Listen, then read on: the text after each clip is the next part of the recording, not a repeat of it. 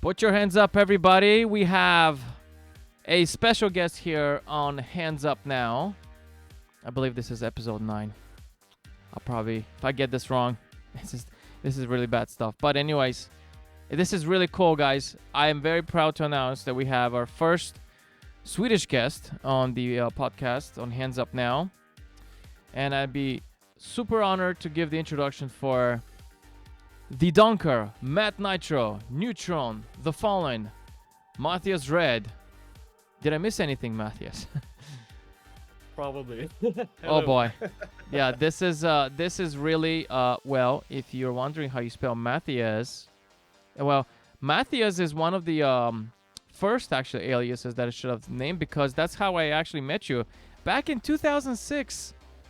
Yeah. Could you imagine that? I mean, it's been like so many years. It's been 16 years, and a lot has changed. I think has changed. Yeah. a lot has changed, and it's come to a point where. And by the way, we are playing Mathias Red in collaboration with Mark V, Gold Digger, and Gold Digger is actually a song on Spotify that you can check out. And the reason I mention it is because I just like the name. It's funny. And by the way, so part of this podcast is I bring guests, and these guests are not just like some random people that I pull out of a hat and and we picked a name. No, absolutely not. These are people who have actually inspired me, taught me a lot, and helped change me to make me a better artist, and helped me in my organization and the labels and everything we're doing. And none of this would be possible without guests like yourself. So, Matt, if you wherever you are on the map, you can pat yourself on the back. Cool. And I'm going to actually right now do something very cool. I'm going to actually play the list of the songs that you sent me, because really? these songs are actually some of your latest stuff that you've made. We got Windows Media Player, of course. I'm so old school. Yes, have to also tell that I've not made them by myself entirely. It's a duo project with my friend Joachim from another part of Sweden, and we have a project called The Fallen. Yeah. Yeah. And Mathias, one thing I did was I actually started out with a hands up song you sent me like 10 years ago, just because you're like, hey Martin, I can still do hands up. Check this out.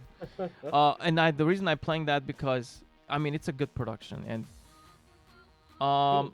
believe it or not, believe it or not, Mathias, I don't know what it is, but I think like when European people make hands up, they get it. Like they've everything is good.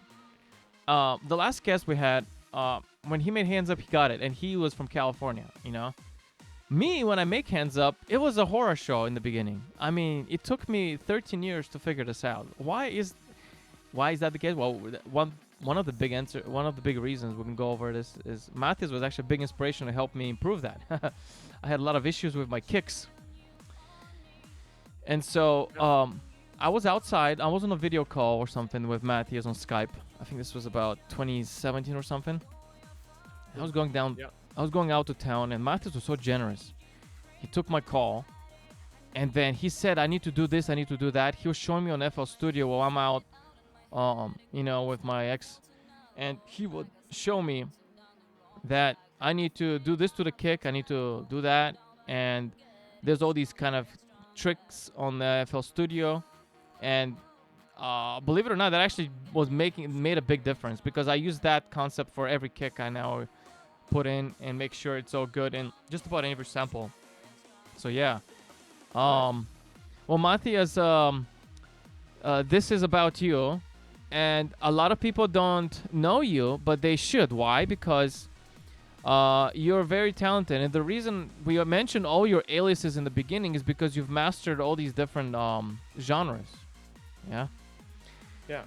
And for example, they can find you on Spotify by putting Matt Nitro, which we have you in the podcast as listed. But your latest project is The Fallen, correct? And then we have your picture, The Fallen, with your collaboration buddy, and his name is Yeah. sorry. Joachim. You can call him Jocke. Or UK. joke. Well, I don't know. UK. We have you with Matt on the podcast. Yeah, We have you in that's right. spirit, and I like the nice That's right. cross there. It's like so cliche. We have you in spirit, and the logo has the cross. That is true. uh, and so now we're playing. Mathias, give me something to break. I'm just gonna go over this kind of very quickly. We have. I'm gonna play a little bit. You can't hear that, Matt, but it's okay. Yeah, sure. Do your thing. As you can hear, Matt's music in the background. The reason I'm playing this is because not only always his music, well, it's because his music is very well mixed. I really like it. I've been a fan of his since 2006. I don't think I can say the same thing about any other guest we will have on here because we've had some. Thank you. Well, yeah, because Mathias, we have some guests that we've said they've said yes to the podcast. Some big names. I'll tell you after the podcast who they are. But it's one thing to say yes, but it's another to actually come here and do it. You know, it's like actions speak louder than words. So until they actually show to the program and do a podcast with Solid Shark, we'll just say that you've gotten the title as the the legendary guest here, shall we say. We'll give you the title as the legend guest. Yeah, and I haven't even prepared a bit for any of this, so I'm kind of excited to see what's coming up here. Absolutely, absolutely. Well, let's start it off. I'm going to turn this down a little bit. I don't know how much I can turn it down. I think a little bit will be okay. This is safe to listen to. Now, oh, where did it go? Oh, there we go. I put the wrong picture. All right, so we're gonna start this podcast by just Mathias is in Sweden, and this is where you're based. And when we first met, I remember you were doing a lot of things, and so we met on MySpace, and on MySpace you posted a lot of hands up, and obviously I was a hands up fanatic, and that's how I found you. And so you have saw with me that hands up kind of gotten very cheesy and very this and that, and it's kind of gotten to a point where you changed your style, and then you went to hardstyle as the Donker, correct? Yeah, actually I started out with Mathiaz as the first alias, of course with the letter Z in the end, to make hands up music, but then a friend of mine started to make Hardtrance, and I actually thought this sounds really cool. Can I make it a little more harder than that? So I started the project called Dreamslay. Yes. And and put up another MySpace site basically, and just spammed tracks all the time. Just added track after track after track, and I am so sure that those were so awful mixed, all the songs, but I just kept spamming them. Well, this was very dark stuff. This is not like, rainbows and butterflies. Yeah, la di da. Let's go to the club and I'm the king. This is more like a new version of you. This is very dark. Yeah. And you were making a statement. Now, when you changed to when you started doing hardstyle, did you feel like this is now a statement you're making? Like you're now part of this new community in hardstyle. You're not like part of any more of this kind of cheesy community. Yeah. Both yes and no, because I started to like attend to these parties where they were having like hardstyle DJs and such, and it was so fun. And I always wanted, like, when I got to my first party and could experience the music live, I just wanted to be that guy on stage, playing that music, because people were having so much fun. No matter if the track was really dark or happy or whatever, people were just having a good time. And there weren't so many like parties with the hands up or dance music. And if they were just very cheesy. Like, for example, like in Sweden, they had a lot of parties there, but they were not like what what you'd expect. I think they were there, but for example, Yeah, it was more like when those like hands up DJs, they play the hands up, but it was more like a regular night out. You could sit and have a few beers with your friends, and there were like a small dance floor, and just some random guy was spinning some like music that was on the radio basically. yeah, But with this like real events where they played hardstyle with huge dance floors and with the lineup, and yeah, everything was so, you know, massive when entering that the first time. yeah, yeah, So and I just got hooked into it.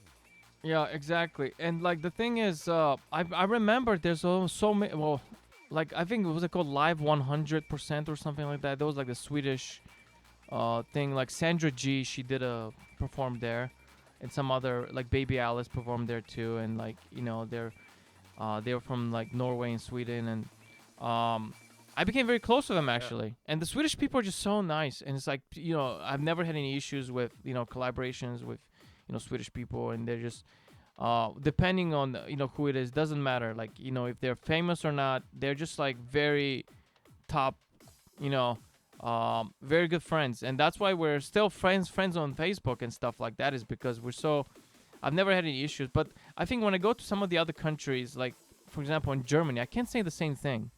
I've burned a lot of bridges there.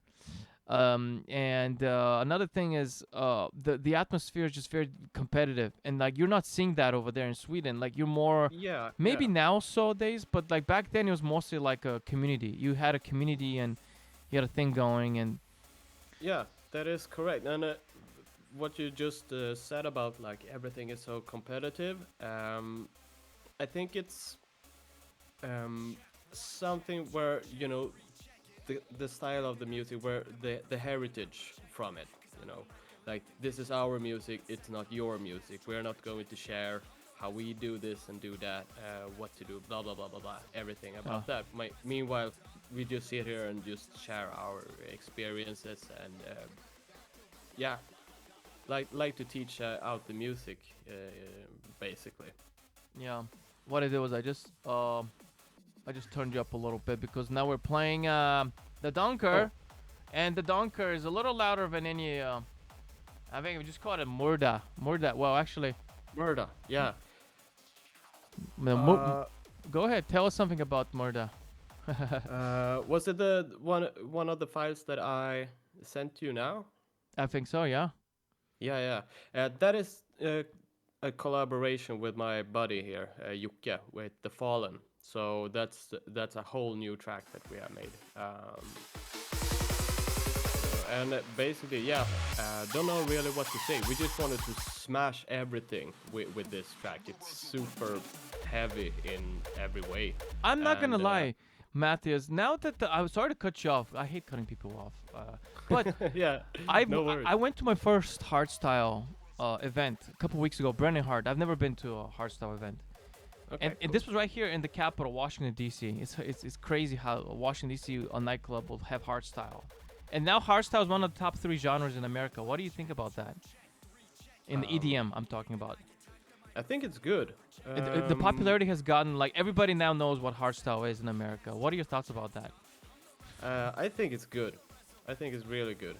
Because America used to be like dominated by rock music and hip hop. Yeah, the EDM have got so like, yeah. And trap music has not been enough. dominating the last from 2010 to 2020. Trap music was the thing here. Yeah. And now trap and dubstep, etc. and I would really say heavy that stuff. it's very competitive, nevertheless. And I know how a lot of people from trap will talk down on hardstyle. They've tried to like make things, but yeah, good luck if you try making hardstyle. Yeah.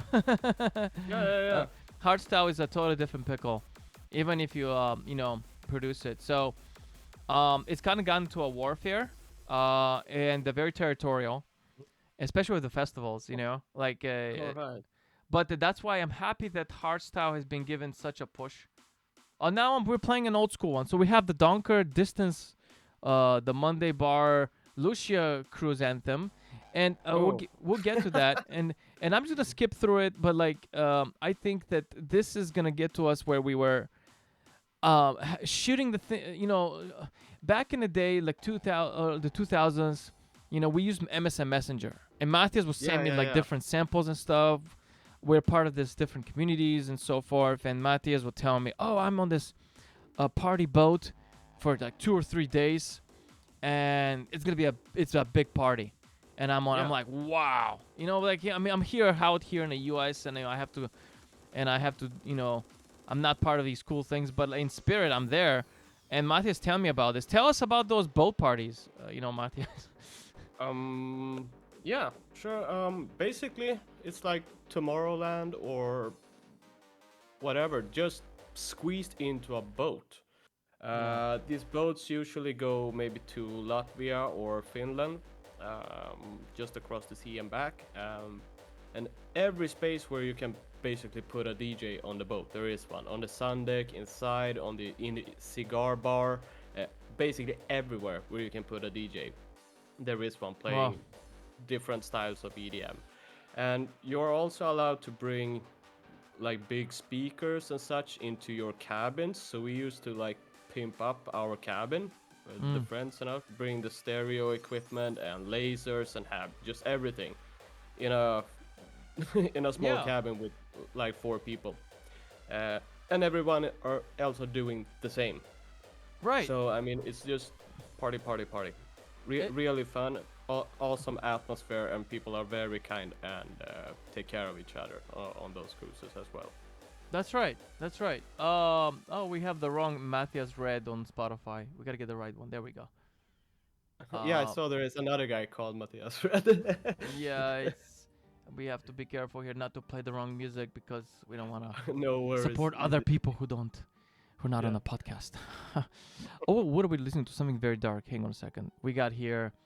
Um, oh, this is still part of the song. This is the breakdown, of course.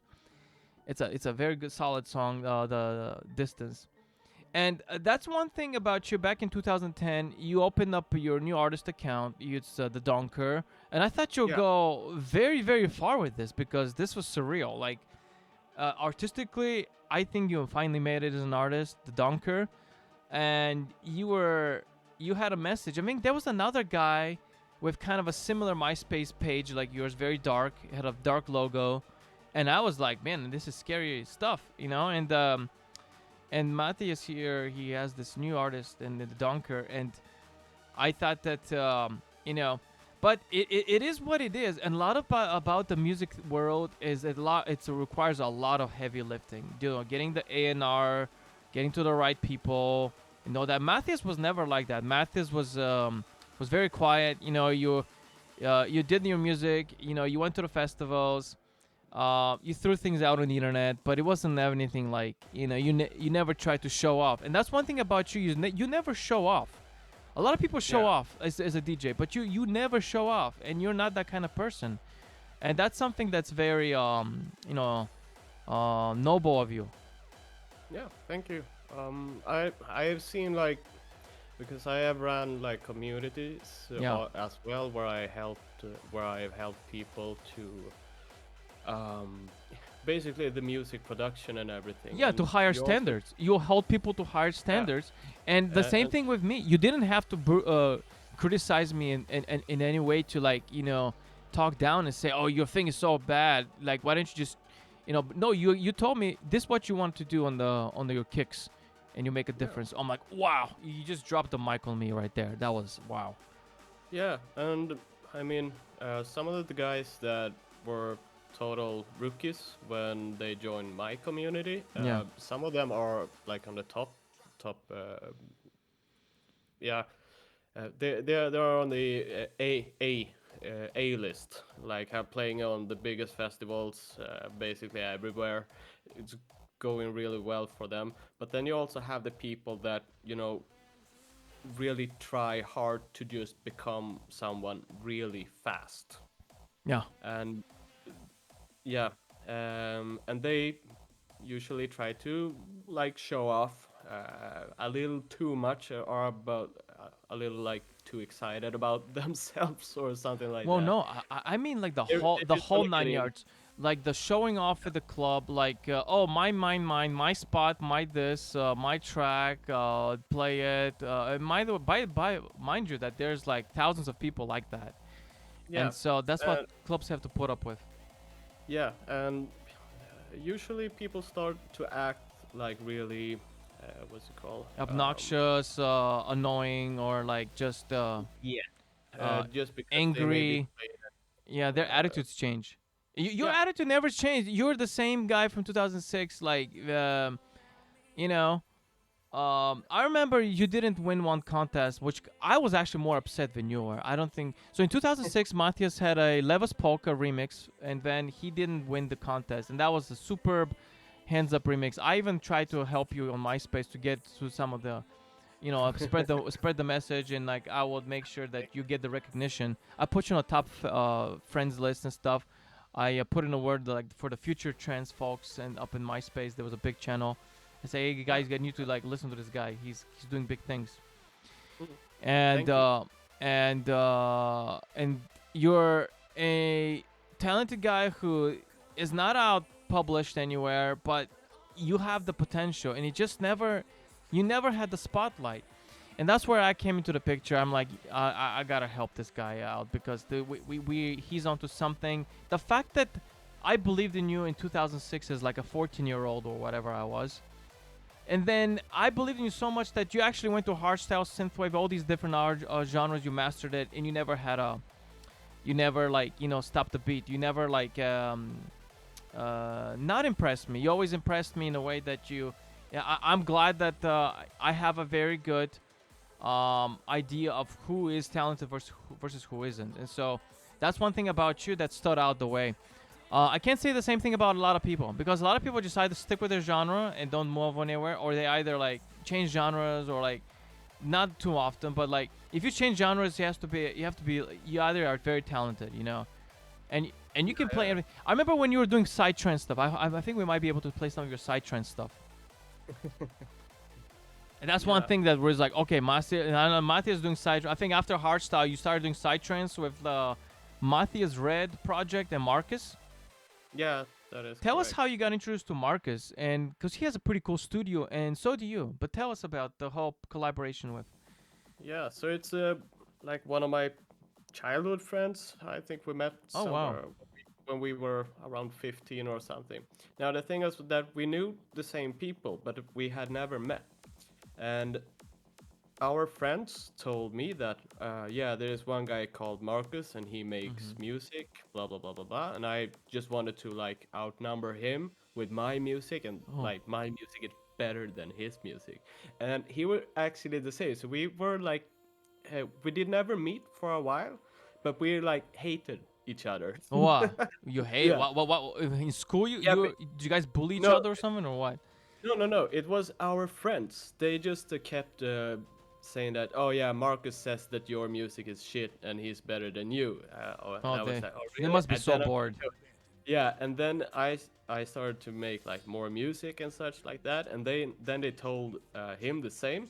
But once we actually met, we were like, bro, let's hang out. And the other ones were like, what what You what know, did the just same thing is happening right now. I have a Swedish guy who's kind of, gotten big in one genre. I can't tell you which genre because people are gonna start like when they listen to this, they're gonna figure out who it is. But he's in Sweden, and so he said something about some topic I was mentioning on the general public, and then it kind of hurt me. But then at the same time, I know that he doesn't mean it because he's just shooting the thing, and so it's just like um, but anyways, I can do so much with him, and so if the stars align when it comes to the U.S. EDM and hardstyle scene, or just happy hardcore, hands up, or just any of that EDM stuff, there's a lot I can do with him, and so he's already made himself a name in like Europe and stuff like that, and Mhm. like in Germany, and he's getting out there. But uh, one thing that is a arching theme in here is the concept of sticking to your guns in a way that sticking to a certain, whether if it's you independently releasing your own material versus you going to a label. What is your experience, Mathias, as an artist?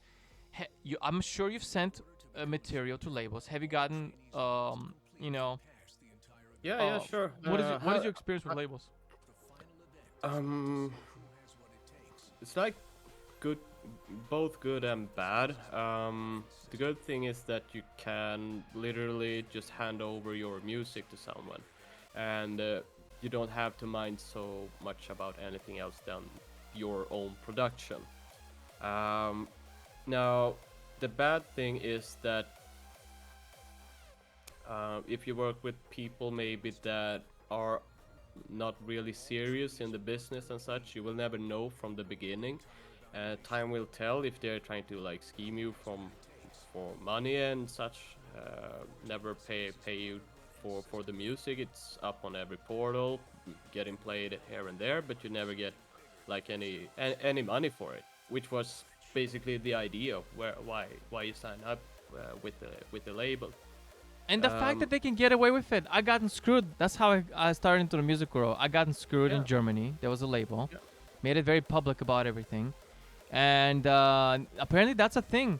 Labels like to pick up artists in a way that they will screw them, and then they'll tell them, "Oh well, what is he gonna do? He's a continent away, right?" Yeah, and one thing that labels can do if you like go against them, if you're not, if you can't like really work with them or something like that. If you Talk go it out. against them, they can basically blacklist you. Just send out to all other labels. Don't work with this guy.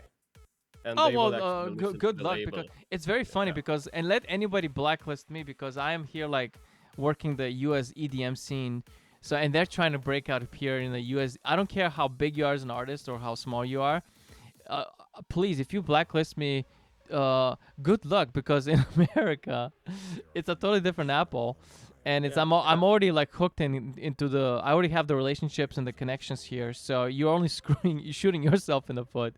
It's kind of funny because certain people have. I don't know if they will try to do that with me, but go ahead. That's actually a very interesting thing you're mentioning. Blacklisting. I've had. I don't think anybody has ever blacklisted me, only because it's just like I've never gotten big into the scene, so it was never any. Yeah, go ahead. Same here. To be fair, but I know that it have happened before. In one label in 2009 or 10, I think, I did send my music, and it was like a newly started label for Hardstyle. Yeah. And the label manager, he basically stole my music and put up under his own name. So I just made a lot of tracks and he just released them without my knowledge under his own name. So I was basically ghost producing without knowing that I actually did it. Oh boy, now we have a totally different pickle here. Yeah, so I mean, those kind of things can happen too. But I would also say that don't expect like major labels to like listen to your music even if you send it to them. If you are good enough, they will find you eventually somewhere. And I also think that just producing music is one thing, but if you are able to actually produce and be able to DJing is such a DJing is marketing, right? Straight up physical, face to face. You have to be present. The only reason people don't know you or me is because we're not actively performing on a weekly basis. I tell you, Mathias, I had two guys on MSN Messenger. They were like 14 and 16 or like 14 years old or something, 15.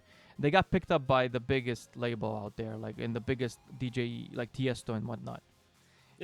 He picked them up and he made them into top 1, top 20, top 10 EDM DJs right now. And I'm not surprised even Rob Mafe is ghost producing for some of these top artists as well. So, it's funny, but they're strong hard workers, and they they work really hard, but they got picked up, and so when they perform, these are a lot of performances. They do like I remember one in particular was doing like 20 shows a month or like 25 shows a month. That's a lot. Yeah. And to be that active, I mean, there's a reason why they're on top. Is because for the last 10 years they've been doing exactly that. And the more performances, the more hard work, and it definitely paid off for them. I'm happy for them, very big time. Yeah. Uh, And I mean, there are so many producers today because like music software and everything is so easily to get get a basically hold of, anywhere. and now YouTube Yeah, tutorials that are like exactly. So templates. basically, Yeah, yeah, anyone can basically learn how to produce music. Now the thing is that if everyone does it, just producing, but you cannot like marketing yourself in some way. You have to promote yourself in the way of yeah. DJing, I spent for 85% of my instance. time promoting music. I only spend like 10 or 15% or even Yeah. 7% making music, because I got So to a it's point where yeah, yeah. So I mean, it's better to actually record a mix and just send it out to people that have their events and everything, and just yeah. ask, can I play, this is my mix. And if they like it, because they will listen to it, because they always need DJs, they will listen to it. And if it's good enough with the right music and everything, you will get your shot. Oh yeah. That Yeah, so that is my best suggestion. Instead of spamming songs to labels that probably get like thousands of songs every month, Ah, they cannot listen to them all. and Matthias, you're not like the kind of artist. Oh wow, I heard something. Let me rip it off and make myself a name. You're not that kind of artist. You actually hear something and you're like, well, how can I make my own key signature? How can I make Yeah, my own signature, yeah, uh, yeah, vibe to it? And that's what the Donker did. I'm like, a Donker was a 180 of the entire hands up thing you were doing, yeah, and then the Psy-Trance was also like a 180 of that, because and then you started making these really cool, like, loops and stuff in your stuff. Like, it was so like bouncy. I love the bounciness to some of the stuff you were doing. Even with the Donker, you did some bouncy stuff. And this was yeah, not yeah. like, you're not making music to kind of be the next Headhunters or the next this and the next that. You're making music because a lot of this was like, it showed that this was your character, and you're a laid back person, and you're very funny at times, and then this was like in your presentations too. Yeah. Yeah. Yeah. And I mean, uh, everything was just about trial and error. I heard maybe a cool sound in one song, and I got really hooked onto that particular sound, and I was like, how do they do this? Can I recreate that sound by doing this? Yeah. And it just went, yeah, it just made something completely different. But as long as stuff sounds cool, I will use it, no matter how it's done, or if it's done the right way or the wrong way. Well, speaking So of speaking of making music and learning how to make music, I would say in 2016, when I was lacking in a lot of my productions and stuff, you not only did you help me with the kicks, but then you put me in touch with Seamless R. He was doing these weekly live things where he gives feedback in person, yeah, and he did that with some of my tracks. And then he also does a lot of YouTube videos. Seamless R. These are the most advanced sound engineering. So he will start a track from scratch, put up the entire video. He used to have a Discord server until that got abused. I think he took it down. I'm not sure if he's back on that, but anyways, Seamless R.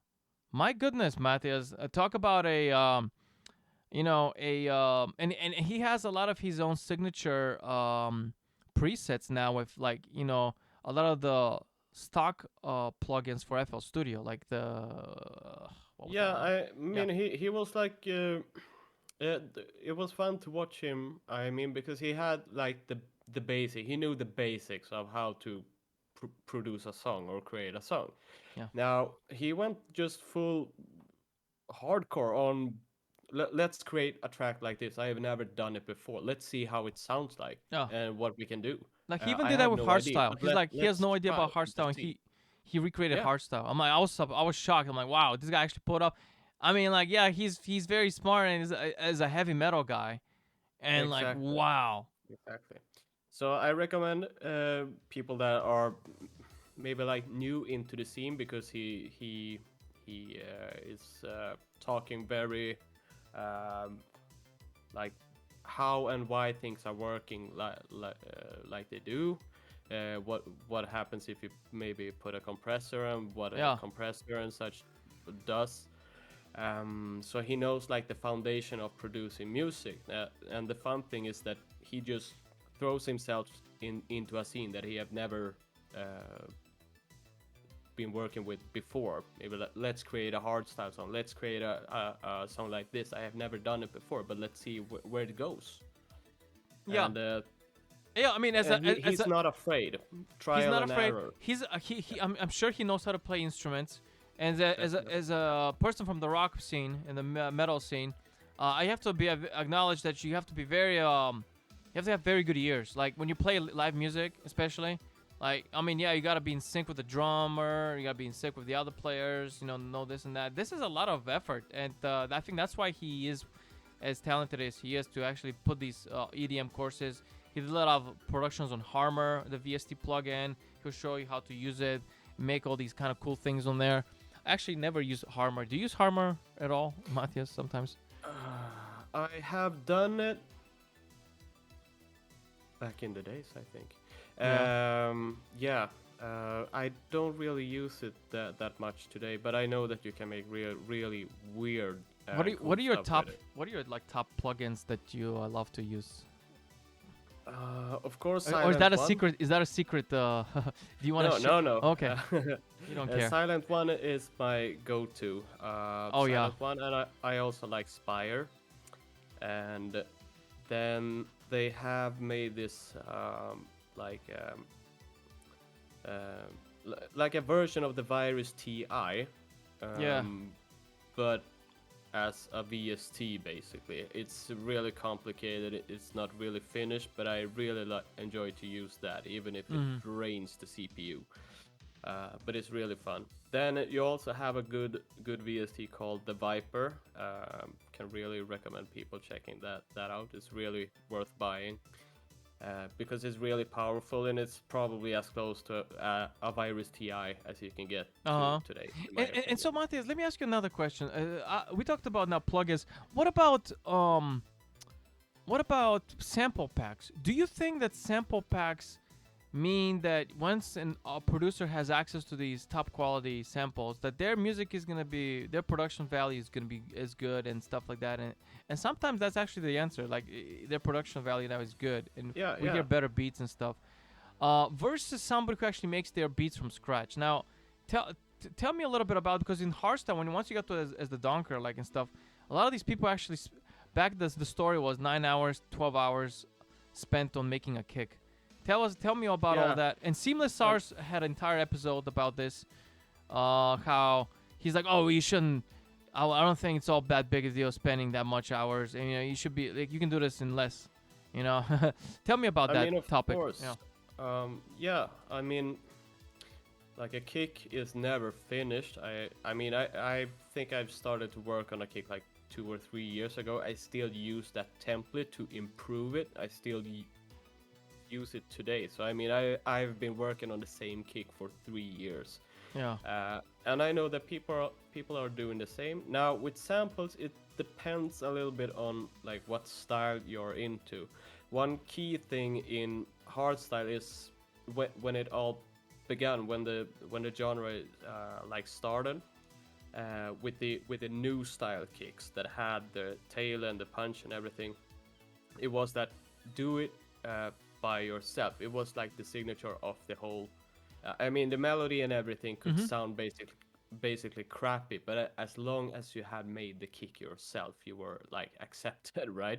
Yeah. And for sample pack, I say to people, use it, but it's also for like take dubstep for an example. I mean, you can make a dubstep song, but if you only use like the vowel sounds from samples and not doing them yourself, I mean, then you haven't really done a dubstep song, right? Yeah. But also the samples are made for people to use. Yeah. So that's where it all clashes. I would say basically use samples as much as you want. I mean, if you enjoy using samples, go ahead, but be aware of that producers will hear that sound and know, I recognize this sound. It's from this like sample pack and such. Yeah. And it will not like you will not see like down on that artist, but you know it's still something that you didn't expect if you're on a higher level. Uh, but use the samples, tweak them, and mess around with them, chop them up or reverse them. Do something at least to make One it. of the But, cool, but yeah, yeah. I say use it as much as you want. It doesn't really bother me, but if someone say that I made a hardstyle track and used like a kick, a template, a sample kick, and they just put in like whatever VST and make a hypersaw lead on top of it, I wouldn't really call that I have made this song, but still they have. Yeah, it's a little like 50-50 Yeah. perspective on that. Yeah. Yeah, I mean, there's a lot to it. It's not just sometimes with certain genres, it's not just putting a kick, because certain like the hardstyle genres, people like to identify themselves by their own kick, and so forth, Yeah. and that's legitimately correct. Yeah, but also use samplers or samplers samples as like wayfind, or use it and try to recreate the sound yourself with whatever equipment you have, Yeah. like synths and everything.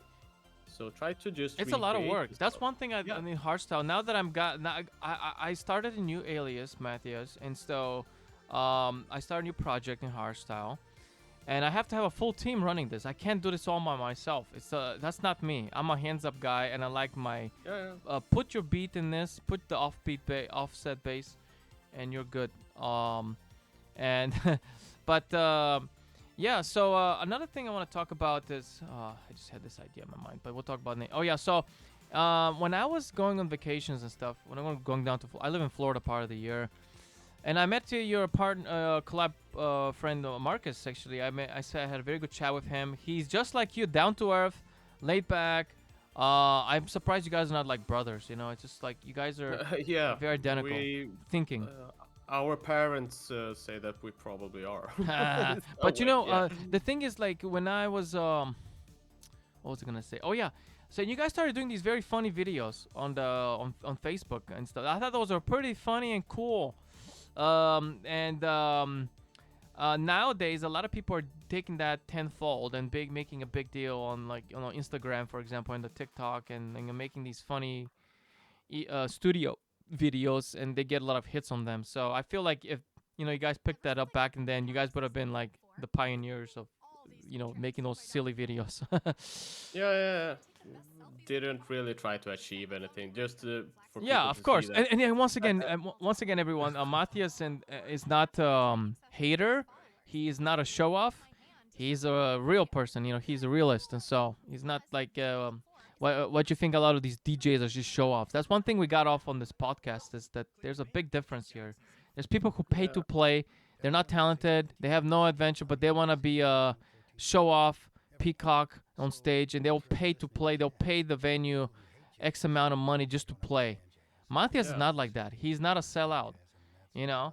At He least I try to. Maybe one day. maybe one day when you find when somebody writes you a carte blanche check, writes you a Exactly. check for $1 million, and then you can kind of spend it as you please.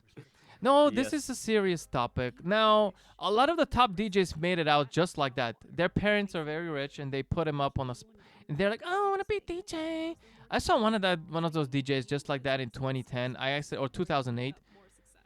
Oh yeah, 2008. I saw one of the DJs. I'll tell you who it is after the podcast. But he, you know, who goes up on stage. He's known for doing something on stage. And I'm like, big deal. In fact, I was going out and I was like, you know, doing something else. Like, I was not even. I went to the hip hop club. I wasn't even part of the EDM one. But he's now a big EDM guy. Anyways, big deal. Like, he's got like 10 million Yeah. followers right now on Instagram. Yeah. I mean, in some way, he made it. Oh, he where- made it, what but he- what his he wanted. parents, like the same with Enrique Iglesias, his son. Yes, his son is talented. We all love his voice. Yeah. Yeah. But he's only famous because his father. I mean, come on, if his father wasn't around, you know, right? Yeah, of course. But I mean, people have come from different like families and well, yeah. I don't know. Some people maybe have it easier to get like the contacts and everything with the right people. Yeah. That's just how it is. It's not so But much to guys, do. I want to let you know that one thing that I'll bring this up with my attention. By the way, rest in peace, Avicii. Tim, Yeah, I think his name is Tim Berg. Is that what? Tim, Okay. And one time he Tim Berg. actually he Yeah. used the alias Tim Berg in his music. Yeah. Yeah, that is correct. And so I think that your connections and you were close to him by certain music connections and stuff like that. And there's a lot of you told me a lot of stories about that. And one thing I want to say here is that to the audience listening in is that Mathias is no different than Tim was, because as a Swede, he never showed off. Like Tim, when he goes on stage, he never shows off. The fact you got picked up, I feel like you were like that. You would have been the next Avicii, Mathias. I'm not joking around here. It's not like but it's only a matter of having the right promoter, agent picking you up, and that's all it was. It's never about talent these days. You can be the Yeah. worst producer, you have a Ghost Productions, and be on famous DJ and pay to play. But Mathias is like talented, and he actually produces a lot of genres. He's not just like one genre. He's not a one-hit wonder, and that's the thing about it. And I feel so long as you get the right people to attach it and you can sell tickets, that's the only thing they care about. Can you sell tickets? It's not a rocket science. Right now, when I'm about to do my first debut, I have to put a number. They're asking me how many people can I bring to the venue. That's what they care about. They'll let me play, Yeah. Mathias. They're not gonna discriminate. They're not gonna say, "Oh, we're not gonna." How many people can you bring to us? That I mean, like that is Yeah. a fair statement of if you make it or break it. Of So course. so I mean, so yeah, I think that so like you remind me a lot of him. So just saying. Yeah. yeah, that's cool. Yeah. All right. Well, I want to say here on the podcast, we are close to the end of it. What are your top 5 influences, top 5 artists that you listen to and you're like, this is why I like to make music and learn, and people want to see me as an artist? Your influencers, who would you say are they? Yeah, that is a really tricky one because I started to make music in like when I first got when I got my first DAW, or not even DAW, it was just like put samples together. It was a little more advanced than the classic EJ program. But I would probably say back then in the early 2000s probably would be definitely Bomb Funk MCs. Rockamackaphone, freestyler. 666, definitely. And then we have The Prodigy. Of course, I would say also, of course, as I like hardstyle, Headhunters, and there is a hardcore duo called Art of Fighters. And yeah, I would say that that's my top 5 basically. What I got like inspiration and tried to recreate sounds from all of those. So, I picked up a theme here, and by the way, we're continuing on this very humble, noble artist here we have on as our guest, Mathias. Like I said, he's not a show off. Headhunters has that vibe too. He doesn't need to show off. He's talented. People love him and respect him because he's talented, not because he's a show off. Not because he does this to people when he plays music, or that he does that, or he doesn't. Yeah, I mean, he's not a jerk. His early stuff from like the mid 2000s, 2006 and forward is his best productions in my opinion. Around 2000. I say the same thing about one other artist. I just brought him to my label, not as an exclusive artist or anything. He can go anywhere he wants to release music. But I told Set Techno Boy that I'm friends with him. I met him. I booked him here in Chicago. We used to have a Hands Up club, believe it or not, Mathias. It closed doors in 2013. And you're not surprised Oh yeah. because, Hands Up just kind of died out, Yeah. That's why we're having this podcast. We're trying to bring a recognition about Hands Up, and anybody related to it, I want to share your story. But anyways, set Tecton Boy, what was the story I was going at? I forgot what I was talking about. Oh my god, this is not good. Anyways, so yeah, your top 5 influences, I can see why they are who they are, and I agree with Bomb Funk MC. I was a big fan of them. I used to break dance. The only reason I have a break dance group in 2000 was because of Bomb Funk MCs. Yeah. We used to have like our own thing, and we used to like show off, or in the club with dancing and break dancing. I was the guy who did the helicopter. I knew Oh how. really? Oh Not, yeah. Not the worm. Not the worm. The worm was not my thing. We had another guy who did that, but I was the helicopter guy, and I also do the spider, which is the spiders, where you like actually the break dancing comes along. Yeah. We had one guy who used to do the. It's kind of like a plank position. If you do like exercises, it's like a plank. You get on the ground, but you have to like lift yourself up with your arm, with your hands. Oh yeah. That's the thing he was doing. Then we had one other guy who would do the circles. He would like walk backwards in circle, and apparently that's a cool thing too. So we have to have everybody pitch in and contribute. So, anyways, Mathias, congratulations! You're now a father. Thank you. And with that being said, what does the future hold for your music and what it is that you're doing in music related? Can we see what is some goals and what is the future we can see the next couple of years if we had a crystal ball? Let's see. First of all, me and my buddy, we're going to start release our music by ourselves. Basically, create our own label, managing everything by ourselves. And let's see just how it goes. Have already played out as DJs on one event. It was super fun, so we are like excited to keep on doing that. Apart from it, like production wise, I think we will absolutely do mostly hardstyle, but as the scene itself, like the whole EDM scene, have almost like come to an end, so people are going backwards in time when the music itself for some genres when they started and starting to produce how the track sounded back then. For instance, like modern techno today is basically early hardstyle. It's the Right. same. Yeah. Yeah.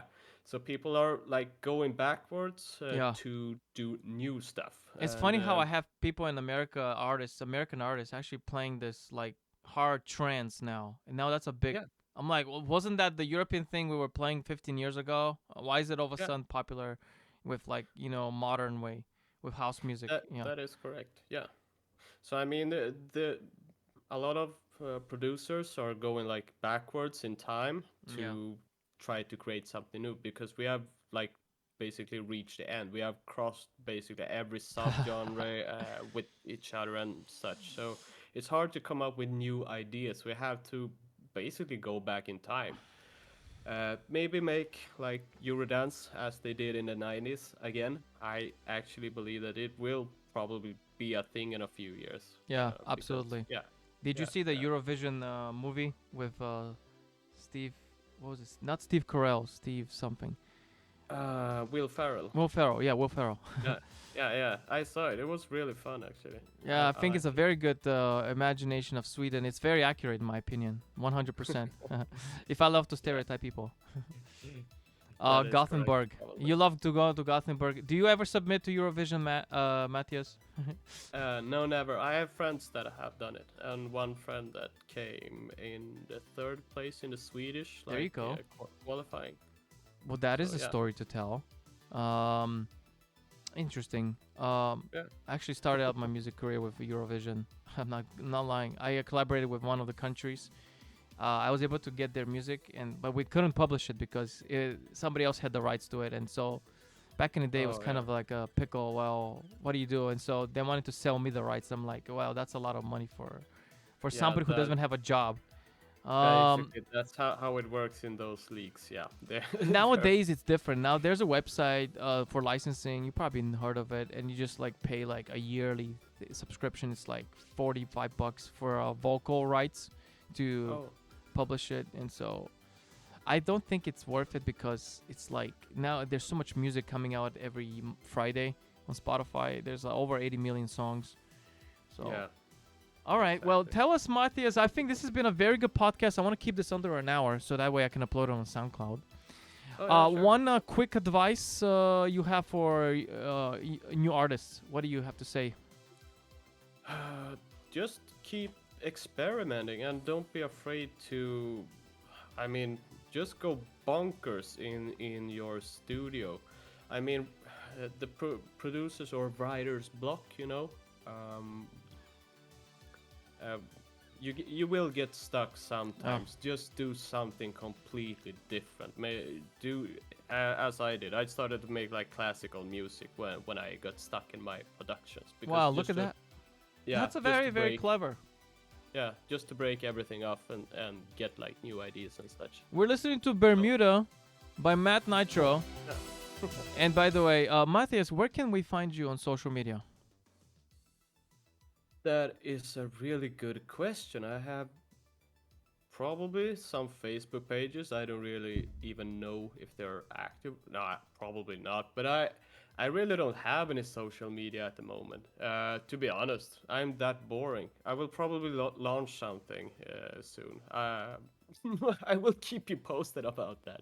Meanwhile, I only have my SoundCloud, which I basically rarely upload anything on today. But we have some plans for the future, and it will probably be like the Fallen project that we are aiming for. So yeah, There you have it, search folks.